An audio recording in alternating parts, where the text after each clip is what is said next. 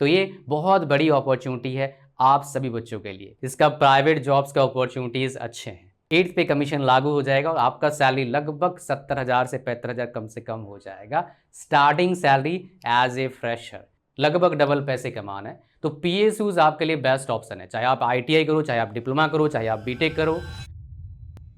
Diploma in electronics and instrumentation engineering, इसके बारे में A to Z जानकारी जो शायद जो BTech कंप्लीट कर लेते हैं उनको भी अच्छे से नहीं पता होता है पूरा डिटेल, इतना डिटेल आपको बता दूंगा इस वीडियो में। प्लस आपको पता लगेगा आप डिप्लोमा कर सकते हैं बिल्कुल फ्री में आफ्टर 10th क्लास, कैसे वो भी पता लगेगा इस वीडियो में। और सेंट्रल गवर्नमेंट के अंडर भी इंस्टीट्यूट है, इसके बारे में बात करेंगे इस वीडियो में। आप एडमिशन ले सकते हो। पूरा जानकारी जानने के लिए लास्ट तक वीडियो को देखते रहिए। साथ में आपको बताऊंगा सरकारी नौकरी एंड हाई पेइंग जॉब्स कहाँ मिल सकता है, कौन से गवर्नमेंट सेक्टर में मिल सकता है, और एक स्पेशल आपको डिटेल आपके साथ शेयर करूंगा जो आपको फर्दर स्टडीज़ करोगे तो अपॉर्चुनिटी मिलेगा काफ़ी मोटे पैसे का, काफ़ी मोटा पैकेज, मतलब अभी के हिसाब से 18-20 लाख का पैकेज है पर ईयर का। आप जब तक पढ़ेंगे 25 तक जा सकता है पर ईयर। तो भाई ऐसे चीज़ आपको पता लगेगा। तो इसमें 2 पार्ट है, इलेक्ट्रॉनिक्स एंड इंस्ट्रूमेंटेशन। अभी के हिसाब से इंडिया में बहुत सारे नए फैक्ट्रीज जो लग रहे हैं, मेजोरिटी फैक्ट्रीज मासेस में, वो इन्हीं फील्ड में लग रहे हैं, या तो इलेक्ट्रॉनिक्स में या तो इंस्ट्रूमेंटेशन में। तो सबसे पहले समझो इलेक्ट्रॉनिक्स का मतलब क्या है। बहुत सारे बच्चे इलेक्ट्रॉनिक्स में BTech भी कर लेते हैं, उनको पता भी नहीं होता। तो इलेक्ट्रॉनिक्स में बेसिकली हम क्या पढ़ते हैं उसके बारे में पहले बताता हूँ मैं। बहुत सारे छोटे छोटे डिवाइसेस में पढ़ाई कराया जाता है, ट्रांजिस्टर है, रजिस्टर है, सेमीकंडक्टर है ना, ये सारे डिवाइसेस और भी बहुत सारे डिवाइसेस में क्या करते हैं हम, डायोड करें पढ़ाई करते हैं इनका, और प्लस इनके सिस्टम को समझते हैं हम, प्लस इनका यूज़ करके हम क्या करते हैं, बेसिकली सिग्नल को स्टडी करते हैं, प्रोसेस को स्टडी करते हैं, कंट्रोल को स्टडी करते हैं, इसका कम्युनिकेशन भी इसके अंडर आता है। तो बेसिकली ये होल सिस्टम आपका क्या होता है, इलेक्ट्रॉनिक्स में आता है। वहीं हमारे पास आता है इंस्ट्रूमेंटेशन। इसका एप्लीकेशन क्या होता है, थोड़ा वाइड आता है। इंस्ट्रूमेंटेशन केस में भी ये सारे डिवाइसेस का यूज़ करते हैं, बट इंस्ट्रूमेंटेशन इंजीनियरिंग में क्या होता है, जैसे रोबोटिक्स इंस्ट्रूमेंटेशन इंजीनियरिंग है। मान लो किसी कंपनी को मुझे ऑटोमेट करना है, that is part of instrumentation engineering. उसमें 2 टर्म आता है, मैं आपको लिख देता हूँ, नहीं तो डिप्लोमा वाले बच्चों को समझ में नहीं आएगा। एक आ गया आपका क्या, PLC एंड SCADA। ये काफ़ी इंपॉर्टेंट है, ये बेसिकली चाहिए होता है किसी भी इंडस्ट्री को ऑटोमेट करने के लिए। तो मेनली होपफुली आपको पता लग गया instrumentation as well as electronics engineering है क्या, डिफरेंस मतलब क्या आपको पता लग गया। दोनों अलग अलग टर्म है, दोनों के एप्लीकेशंस क्या हैं, अलग अलग हैं, दोनों में चीज़ें क्या किया जाता है, अलग अलग किया जाता है। दोनों का पढ़ाई आप करेंगे। तो मैं थोड़ी देर पहले क्या बता रहा था आपको, फैक्ट्रीज नए नए इंडिया में बहुत लग रहे हैं, उसमें मोबाइल डिवाइसेस भी है और इंडस्ट्रीज को ऑटोमेट करने के लिए रोबोटिक्स का फैक्ट्रीज, ये सब अभी काम चल रहा है। लेकिन मोबाइल डिवाइसेस का फैक्ट्रीज, लैपटॉप के फैक्ट्रीज, इसमें तेज़ी और आएगा जैसे जैसे इंडिया में इनके डिमांड बढ़ेंगे। नेक्स्ट 10 ईयर्स में आप देखेंगे आसपास बहुत सारे फैक्ट्रीज। 10 साल पहले इंडिया में इंडस्ट्री इसके थे ही नहीं, 10 साल में टोटली गेम चेंज हो गया है। हर बड़े शहर में कई सारे फैक्ट्रीज लग चुके हैं, इंक्लूडिंग आसाम में भी फैक्ट्री लगा है, गुजरात में लगा है, तमिलनाडु में लगा है, यूपी में लगा है, हरियाणा साइड लगा है, सब जगह पर आपको ये फैक्ट्रीज लग रहे हैं। लेकिन आफ्टर 10 ईयर्स ये टोटली गेम चेंज हो जाएगा, मतलब और फैक्ट्रीज आपको देखेंगे, छोटे छोटे फैक्ट्रीज आपको देखेंगे हर शहर में। तो बेसिकली अगर आप इस फील्ड में आते हैं तो आपके पास गवर्नमेंट जॉब्स का अपॉर्चुनिटीज़ क्या आपको बताऊंगा अभी थोड़ी देर में, प्राइवेट जॉब्स का अपॉर्चुनिटीज़ ट्रेमेंडस है, as well as small business, बड़े बिजनेस में कन्वर्ट करने का अपॉर्चुनिटीज़ बहुत ज़्यादा है मेरे प्यारे बच्चों। तो ये चीज़ें हैं। आप लोग क्या और बेटर कोई कोर्स है क्या, बात करेंगे थोड़ी देर में इसके बारे में कि अगर मेरे को इस फील्ड में एंटर करना है, डीप डाइव करना है, तो क्या कोई बेटर फील्ड हो सकता है, इसके बारे में बात करेंगे। लेकिन उससे पहले हम बात करते हैं, सो डिप्लोमा कर रहे हो, कोर्स कितने साल का होगा, 3 साल का होगा। आफ्टर ITI और +2 विद मैथमेटिक्स आपका जो हो जाएगा साइंस प्लस मैथमेटिक्स, जो आपका फिजिक्स केमिस्ट्री एंड मैथमेटिक्स है, तो 2 साल का आपका डिप्लोमा होता है। 10th के बाद 3 साल का होता है। तो एडमिशन प्रोसेस जो होता है आमतौर पर कई सारे स्टेट्स में क्या होता है, मेरिट बेस्ड एग्जाम होता है, मतलब मेरिट बेस्ड काउंसलिंग होता है। मतलब क्या है, जो आपका 10th में मार्क्स है उसके बेस पर आपको क्या मिलेगा, एडमिशन मिलेगा। लेकिन कई सारे जगह पर क्या होता है, एंट्रेंस होता है। फॉर एग्जाम्पल बिहार में एंट्रेंस होता है, यूपी में एंट्रेंस होता है, बंगाल में मेरिट बेस्ड होता है, पहले एंट्रेंस होता था।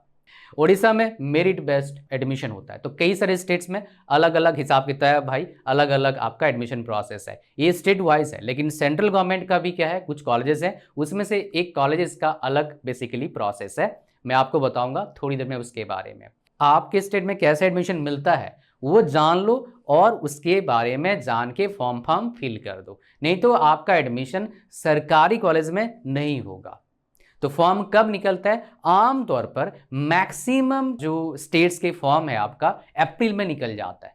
वैसे ही एक कॉलेज है जो सेंट्रल गवर्नमेंट के अंडर आता है, हालांकि डिप्लोमा के बहुत कम कॉलेजेस हैं जो सेंट्रल गवर्नमेंट के अंडर आते हैं। आइए उसके बारे में पहले बात करते हैं, कैसे एडमिशन होगा, क्या प्रोसेस है, फिर आगे बढ़ेंगे इस वीडियो में। ये जो आपके सामने कॉलेज है इसका नाम है Rajiv Gandhi institute of petroleum technology. इनके 3 कैंपसेस हैं, एक आपका जैस अमेठी उत्तर प्रदेश में, एक आपका बेंगलुरु कर्नाटका में, और ये जो डिप्लोमा कोर्स आपको मिलेगा एक शिव सागर आसाम में है।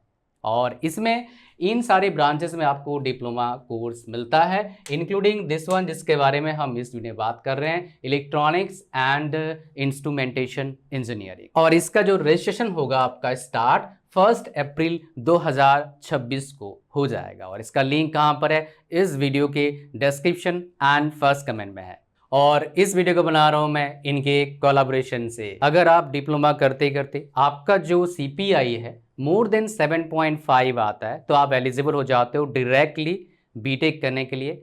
इनके जो कैंपस है जैस अमेठी में, वहाँ पर एडमिशन मिलता है एडवांस से, वो भी फर्स्ट टाइम एडमिशन मिलता है आफ्टर +2। लेकिन यहाँ पर डिप्लोमा के बाद आपको एडमिशन मिलेगा लेटरल एंट्री के थ्रू से। तो ये बहुत बड़ी अपॉर्चुनिटी है आप सभी बच्चों के लिए। इनके जो रिक्रूटर्स हैं ये आपके सामने हैं, इंक्लूडिंग PSUs, इंडियन ऑयल हो गया, NRL as well as GAIL, and इसके अलावा ये सारे कंपनीज इनके क्या हैं, रिक्रूटर्स हैं। किसी भी कॉलेज में आप जाएंगे तो कॉलेज के जो एक इम्पॉर्टेंट पार्ट होता है उनके फैकल्टीज़ होते हैं। तो इनके फैकल्टीज़ मैंने जो देखा है लाजवाब है। आप डेफिनेटली वीडियो को पॉज करके इनकी फैकल्टीज़ के जो एजुकेशन क्वालिफिकेशन है जरूर पढ़िएगा। तो आपके सामने है ये केमिकल इंजीनियरिंग, ये मैकेनिकल इंजीनियरिंग, ये इलेक्ट्रिकल, ये इंजीनियरिंग साइंस के डिपार्टमेंट के फैकल्टीज़ हैं, एज वेल एज ये हैं आपके पेट्रोलियम इंजीनियरिंग के फैकल्टीज़। इस कॉलेज जो नंबर ऑफ सीट्स हैं आपके सामने है, हर ब्रांच में 80 सीट्स है। 50% सीट्स आसाम के बच्चों के लिए, 50% सीट्स नॉन आसामीज मतलब इंडियन बच्चों के लिए अदर देन आसाम स्टेट के हैं। तो आपके पास नंबर ऑफ सीट्स हैं, बहुत सीट्स हैं आपके पास एडमिशन लेने के लिए, तो आप अप्लाई कर सकते हैं। आइए जानते हैं इसका एलिजिबिलिटी क्राइटेरिया क्या है। तो इसका फॉर्म जो है कौन भर सकता है?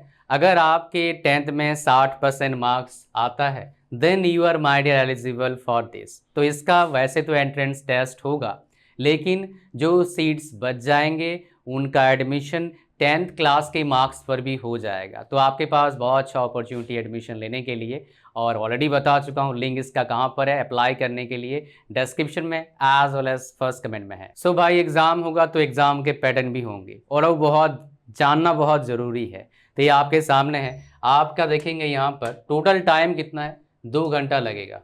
टोटल क्वेश्चंस कितने होंगे आपके यहाँ पर, 100 क्वेश्चंस आपके टोटल होंगे। Mental ability test 15 question, mathematics और जनरल साइंस का 35 क्वेश्चन, केमिस्ट्री 25 क्वेश्चन, फिजिक्स आपका क्या है 25 क्वेश्चन। मुझे पता है आप सोच रहे होंगे डिटेल्ड सिलेबस कहाँ पर है। वेल आप नीचे कमेंट करिए RGIPT डिप्लोमा एडमिशन टेस्ट का सिलेबस भेजिए, मैं क्या करूँगा डिस्क्रिप्शन में इसका PDF लगा दूंगा, आप उससे आप डाउनलोड कर सकते हैं। इससे बेहतर कुछ नहीं हो सकता, राइट। और एक इंपॉर्टेंट फैक्ट, वो क्या आप फ्री में डिप्लोमा कर सकते हो, कैसे आओ जानते हैं उसके बारे में। सो फ्री में मतलब क्या है, ट्यूशन फी जो आपका है वो फ्री हो जाएगा, बाकी चार्जेस लगते हैं भाई। तो जो स्टूडेंट्स का 10th क्लास में 95% और अबव आएगा, किसमें 10वीं में, उनका जो है ट्यूशन फी नहीं लगेगा। ट्यूशन फी पूरे के पूरे 6 सेमेस्टर नहीं लगेगा। तो एक गोल्डन अपॉर्चुनिटी है आप लोगों के लिए। अगर आपके परसेंटेज काफ़ी अच्छा है 10वीं में तो आप क्या कर सकते हैं, फ्री में मतलब बिना ट्यूशन फी दिए आप क्या कर सकते हैं, डिप्लोमा कोर्स कर सकते हो। जो ब्रांचेस बताया किसी भी ब्रांच में जो आपका डिज़ायर है।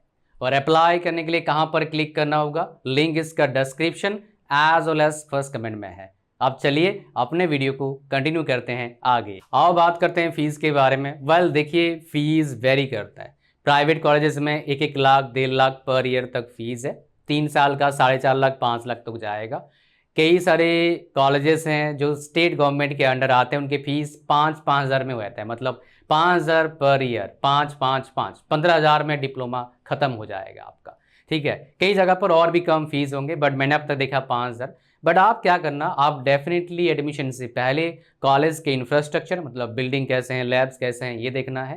एज वेल एज जरूर देखिएगा, क्या देखना है आपको, आपके कॉलेज के जो फैकल्टीज़ हैं उनके क्वालिफिकेशन क्या है, एज वेल एज कॉलेज में प्लेसमेंट का माहौल क्या है, बच्चों का क्वालिटी कैसा है, ये जरूर चेक करना है, फिर एडमिशन लेना है, फिर आपका जो ओवरऑल ग्रोथ हो पाएगा। स्कोप की बात करेंगे, जैसे मैंने बताया इंडिया में इसका स्कोप, इसके जो डिमांड है इस तरह के पढ़ा लिखा बच्चे का, मतलब इस फील्ड के, उनका काफ़ी अच्छा बढ़ने वाला है इन फ्यूचर। वेल इसका डिमांड तो बढ़ेगा, साथ में इससे मतलब कोर है वो काइंड ऑफ, ये थोड़ा सा साइड में आता है, इलेक्ट्रॉनिक्स एंड इंस्ट्रूमेंटेशन, दो चीज़ का मिक्स आ जाता है। लेकिन खाली जो है आपका इलेक्ट्रॉनिक्स एंड कम्युनिकेशन इंजीनियरिंग, वो भी, उसका भी डिमांड काफ़ी अच्छा है, उसका वैकेंसीज ज़्यादा आता है as compare to this one, बहुत से जगह पर। ठीक है जी, नेक्स्ट हम बात करते हैं सिलेबस। वेल देखिए, सिलेबस मैं एक ही कॉलेज का दिखा सकता हूँ आपको, राइट, तो एक जगह का दिखाऊंगा, बट 80-90% जगह पर सिमिलर टाइप का सिलेबस आपको मिलेगा। तो दो चीज़ें आपको बताऊंगा, सिलेबस, डिफिकल्ट सब्जेक्ट्स जो पहले से ही आपको पढ़ना होगा। सो जो डिप्लोमा कोर्स होता है 6 सेमेस्टर में होता है, तो पहला सेमेस्टर आपके पास ये सब्जेक्ट्स आपके आ जाएंगे, है ना, including mathematics, physics 1, chemistry, engineering mechanics, fundamentals of computer engineering, engineering workshop practices laboratory, chemistry laboratory, ये आ गए आपके पास। तो मैं आपको बता दूं, ये सब्जेक्ट्स जो आपके पास, इनमें थोड़ा डिफिकल्ट आपको लगेगा इंजीनियरिंग मैकेनिक्स, डेफिनेटली काफ़ी सारे बच्चों को लगता है। और ये मैथमेटिक्स 1 काफ़ी सारे बच्चे प्रॉब्लम फेस इसलिए करते हैं बिकॉज ऑफ प्रैक्टिस नहीं करते, अदरवाइज नो इशू, निकल जाएगा आपका फर्स्ट सेमेस्टर। फिर हमारे पास ये दो चीज़ें आ गए यहाँ पर। ओके, सो हमारे पास आता है second semester, mathematics 2, physics 2, chemistry 2, इसमें जो करने आपको बताया वो करोगे तो निकल जाएगा।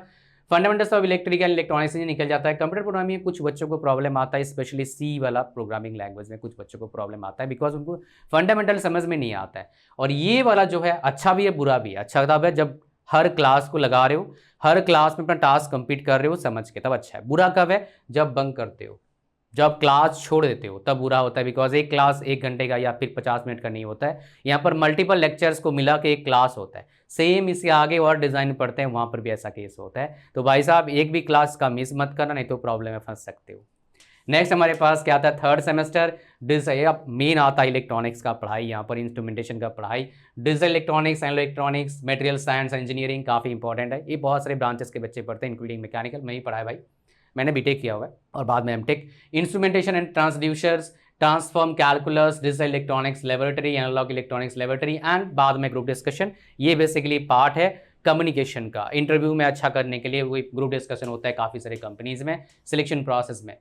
फोर्थ सेमेस्टर हमारे पास क्या आता है, इलेक्ट्रॉनिक सर्किट्स आता है, linear integrated circuits, basic of control system, और ये बाकी सारे आते हैं। यहाँ पर बोलोगे सर डिफिकल्ट है क्या, देखो सर्किट समझ में आता है, कोई दिक्कत नहीं, निकल जाएगा। जिसमें न्यूमेरिकल आता है थोड़ा प्रैक्टिस करो स्टार्टिंग से, कोई दिक्कत नहीं।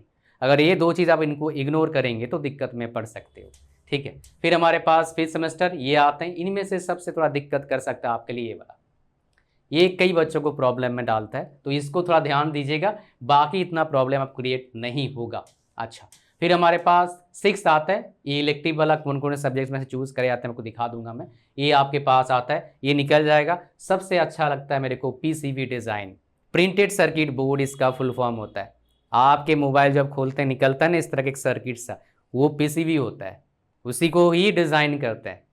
जैसे मशीन होता है, मैंने वो देखा हुआ है, तो काफ़ी इंटरेस्टिंग पार्ट है। जब भी आप अगर लैब करते हो इसका या फिर कोई प्रोजेक्ट बनाओगे, बड़ा मज़ा आया करते हुए। सो जो लिखा हुआ था ना इलेक्टिव एंड ओपन इलेक्टिव, तो ये सब्जेक्ट्स जो आपके सामने हैं, इतने सारे सब्जेक्ट्स हैं, इनमें से चूज़ किया कराया जाएगा आपका। एंड आपके जो ह्यूमैनिटीज सब्जेक्ट यहाँ पर बताया गया है, मैं आपको दिखाता हूँ आप एक सब्जेक्ट का सिलेबस जो आपके लिए बहुत इंटरेस्टिंग होने वाला है। Let's go for this. ये जो सब्जेक्ट है ना धांसू है, और काफ़ी इंटरेस्टिंग भी है, काफ़ी इसका एप्लीकेशन भी है, और इसका जो जॉब्स में इसका यूज़ काफ़ी अच्छा है। तो यहाँ पर देखो माइक्रो प्रोसेस एंड एप्लीकेशन के सब्जेक्ट हैं, तो आप देखेंगे यहाँ पर कितने पार्ट्स है, 5 पार्ट्स है, 1 2 3 4 5 पार्ट्स है। तो तो कई सारे आप कॉलेजेस में देखेंगे 4 पार्ट भी हो सकता है, मिनिमम 4 होते हैं, कहीं 5 होता है, कहीं 7 होता है, कहीं 8 होता है, कहीं 6 होता है, सबका थोड़ा अलग पैटर्न है। बट जो सिलेबस देख रहे हैं यहाँ पर मोटा मोटा, ये सारे मतलब एवरेज सिलेबस जो देख रहे हैं आप, ये बेसिकली क्या होता है आपका सेम ही होता है मेरे प्यारे बच्चों। तो टेंशन वाली कोई बात ही नहीं है, बस स्टार्टिंग से पढ़ाई करना ऐसे सब्जेक्ट को, फिर देखना कितना मज़ा आएगा एग्ज़ाम देते हुए। अब बात करते हैं सबसे इंपॉर्टेंट बात, नौकरी। सर जॉब्स कहाँ लगेगा? वेल देखिए, इसका प्राइवेट जॉब्स का अपॉर्चुनिटीज़ अच्छे हैं, डिप्लोमा के बाद भी अच्छे हैं। डिप्लोमा के बाद मेनली आपको काम मिलेगा असेंबली में। ये असेंबली मतलब क्या है, कंपोनेंट्स आएगा उसको असेंबल करना होगा। ये आपने कहीं ना कहीं आप अगर सर्च करोगे यूट्यूब पर मिल जाएगा क्या काम करते हैं डिप्लोमा वाले। और लड़कियों का बहुत जगह पर क्या है, इसका एक कोटा है, मतलब रिजर्वेशन है, 50% लड़कियां काम करेंगे, कई सारे स्टेट्स में लगा रखे हैं। तो गर्ल्स के लिए ये काफ़ी अच्छा अपॉर्चुनिटी रहता है जॉब करने के लिए। तो ये जॉब्स का अपॉर्चुनिटीज़ आपके अच्छे हैं। सरकारी में अगर आप कंपेयर करेंगे बाकी ब्रांचेस से, इलेक्ट्रिकल से, सिविल से, मैकेनिकल से, ईसी से, तो भाई वैकेंसी इतना आपको नहीं मिलेगा। लेकिन कुछ जगह पर कुछ अच्छे इंटरेस्टिंग आपको क्या मिलता है, वैकेंसीज मिलते हैं। एक दो जगह मैं आपको दिखाऊंगा भी जो आपके लिए फ़ायदेमंद होगा। तो अगर मेरे से बोलोगे सैलरी कितना मिलेगा, वेल देखिए इसमें ग्रोथ का स्कोप तो है। स्टार्टिंग सैलरी उतना ही मिलेगा आपको, 15 से 25-30 तक मिलेगा। कहीं अच्छे कॉलेज से पढ़ रहे हैं, अच्छे कंपनी में जॉब लग गया तो भाई 35-40 तक भी जा सकता है आपका, बट वो बहुत कम बच्चों का होता है। ये मेरे पास जो डेटा है उसके हिसाब से मैं आपको बता रहा हूँ, ठीक है। अगर हम बात करेंगे सरकारी नौकरी का, सरकारी नौकरी देखो एसएससी जेई में आप एलिजिबल नहीं हो, स्टेट लेवल के जेई में एग्जाम्स में आप एलिजिबल नहीं होंगे मैक्सिमम जगह पर, बट एक जगह पर एलिजिबल होते हो, वो क्या है, आरआरबी जेई। लेकिन और एक बात है, एलिजिबल नहीं है डेफिनेटली, लेकिन इस ब्रांच में बहुत कम बच्चे पढ़ाई करते हैं।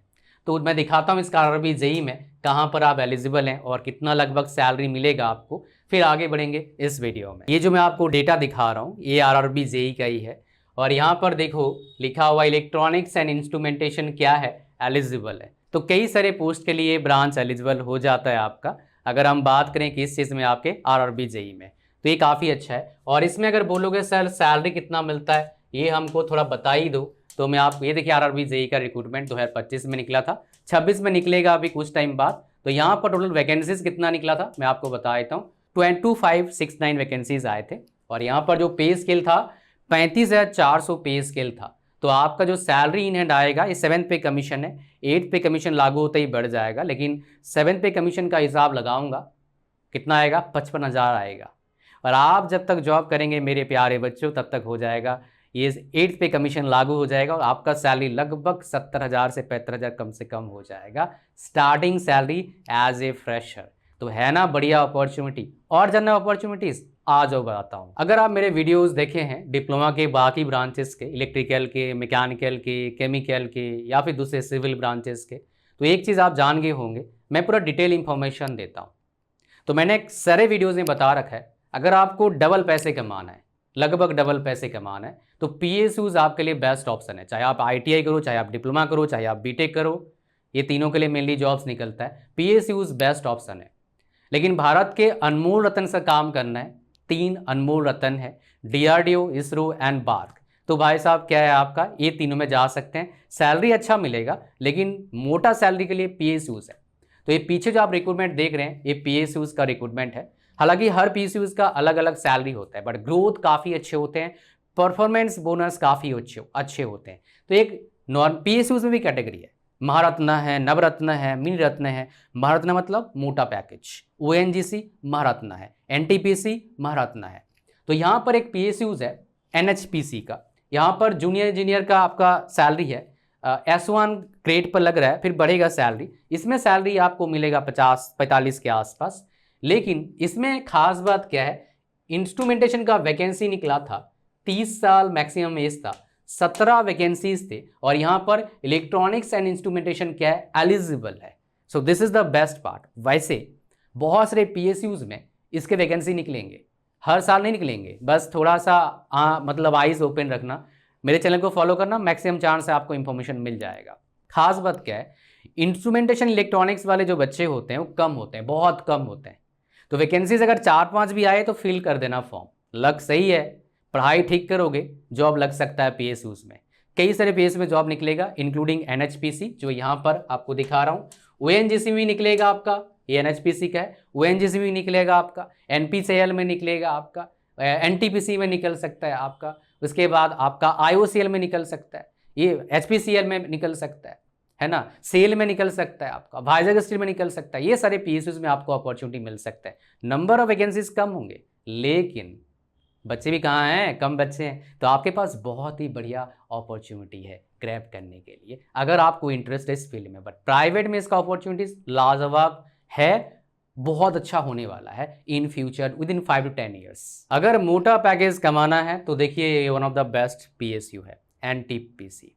इसमें देखेंगे आप इलेक्ट्रॉनिक्स वाले एलिजिबल है, लेकिन एक बार नजर दीजिएगा आप, यहाँ पर डिग्री वाले एलिजिबल हैं, बीटेक वाले एलिजिबल हैं। आपका जॉब लगेगा किससे, गेट से जॉब लगेगा। इमेजिन करो इसके सीटीसी कितने होते हैं, काफ़ी अच्छे होते हैं। इसके कई सारे वैकेंसीज निकलते हैं, बट सब में अलग अलग आपका सैलरी रेंज होता है। अप टू 18-20 लाख तक भी, 18 लाख तक सीटीसी जाता है इसके जो वैकेंसीज निकलते हैं, ठीक है। तो अलग अलग होता है सब में रेंज। एमटी का सबसे अच्छा पैकेज जाता है, एमटी मतलब होता है मैनेजमेंट ट्रेनिंग। तो अगर कोई बच्चा डिप्लोमा करता है फिर बीटेक करता है, उसके लिए भी काफ़ी अच्छे अपॉर्चुनिटीज आते हैं, just like here in case of NTPC. तो इसको आप मिस मत करिएगा। अगर आप बीटेक करते हैं तो गेट का प्रिपरेशन करो, और बहुत सारे पीएसयूज खुद का भी सीवीटी करा रहे हैं, लाइक ओएनजीसी लास्ट ईयर 2025 में खुद के सीवीटी कराई है। इस बार कई सारे पीएसयूज खुद के सीवीटी कराएंगे, तो उसमें भी आप एलिजिबल हो जाएंगे। तो ये काफ़ी अच्छा अपॉर्चुनिटी है, और फॉर्म फिल करिए और पेपर दीजिए, क्रैक करिए, जॉब लीजिए, मोटा पैकेज कमाइए। कई सारे ब्रांचेज में बता रखा है आपको हाई सैलरी जॉब के बारे में, तो इसमें आपको बता दूं हाई सैलरी जॉब इसमें होगा पीएसयूज में। पीएसयू जितना पैसा कहीं भी नहीं मिलता है 98-99% केसेस में अगर कंसिडर करूं तो। लेकिन यहाँ पर एक चीज़ है, जॉब तो नहीं होगा, बिजनेस। अगर आप बिजनेस खोल सकते हो, इलेक्ट्रॉनिक्स कंपोनेंट्स के बिजनेस, बल्क का बिजनेस, रिपेयरिंग का बिजनेस, ऑथराइज्ड शॉप का बिजनेस, ऑथराइज्ड सेंटर का बिजनेस, जो भी आपके लिए सूटेबल है, तो काफ़ी अच्छे पैसे कमा सकते हैं। मतलब बोले तो अच्छा पैसे कमा सकते हो उस चीज़ से भी, बिकॉज कई सारे मेरे नोन हैं जो ये सब बिजनेसेस रन करते हैं, मल्टीपल शॉप्स हैं, मल्टीपल लोकेशन में उनके बिजनेसेस हैं, अच्छे पैसे कमा रहे हैं। अगर हम बात करेंगे प्राइवेट जॉब्स का, तो मैंने आपको बता चुका हूँ ऑलरेडी, प्राइवेट में जॉब्स, नंबर ऑफ जॉब्स के बढ़ने वाले हैं, कम तो नहीं होंगे। तो अच्छा अपॉर्चुनिटी है सही बच्चों के लिए। और मैक्सिमम नंबर ऑफ जॉब्स कहाँ मिलेगा, ये मोबाइल असेंबली में, laptop assembly, maximum number of jobs मिलेगा। अभी क्या होगा इन फ्यूचर, रोबोटिक्स का जो काम है काफ़ी बढ़ जाएगा, as well as drone technology का काम भी काफ़ी बढ़ेगा। तो उधर भी आपके पास एक एमर्जिंग अपॉर्चुनिटीज़ है, इंक्लूडिंग जो ड्रोन हम बेसिकली यूज़ करते हैं शूटिंग के लिए, एज वेल एज क्या है आपका डिफेंस ड्रोन, उसमें भी इसका एप्लीकेशन काफ़ी वाइड है। अगर हम बात करेंगे यहाँ पर बेस्ट स्किल्स का, मैं आपको बताऊँ यहाँ पर जो स्किल्स चाहिए होता है वो बेसिकली 2 तरह का स्किल्स है। एक R&D स्किल्स है, और एक नॉर्मल असेंबली कर दिया, खोल दिया कोई कंपोनेंट्स को, चेंज कर दिया, उसमें थोड़ा सोल्डरिंग कर दिया, ये सब स्किल्स है। तो जो सेकेंड वाला स्किल्स बता रहा हूँ, ये कॉलेज में रह के सीखा जा सकता है। तो इस चीज़ को आप क्या कर सकते हैं, एक्सप्लोर कर सकते हैं, इससे आपको बेनिफिट मिल जाएगा। अगर बात करूं मैं आफ्टर डिप्लोमा क्या कर लेना चाहिए, भाई साहब रुकना नहीं चाहिए, बीटेक कर लेना चाहिए, बहुत फ़ायदा मिलेगा आपको। आगे प्राइवेट जाओगे तब भी अच्छा पैकेज मिलेगा, सरकारी में पीएसयूज में जाओगे तब भी अच्छा अपॉर्चुनिटीज़ आपको मिलेगा। एज वेल एज जो वैकेंसीज निकलेंगे डिप्लोमा बेस पर, अगर उसमें एलिजिबल हो जाते हो अप्लाई करने के लिए, तो आपका फंडामेंटल काफ़ी स्ट्रॉन्ग हो जाएगा। तब तक तो एग्ज़ाम को क्रैक करने का जो एबिलिटी है आपका काफ़ी बढ़ जाएगा। अगर हम बात करेंगे हु शुड स्टडी, किसको स्टडी करना चाहिए, अगर आप इंटरेस्टेड हैं ज़्यादा प्राइवेट जॉब में एज वेल एज बिजनेस में, तो ये वन ऑफ द बेस्ट क्या हो सकता है, ब्रांच हो सकता है डिप्लोमा का।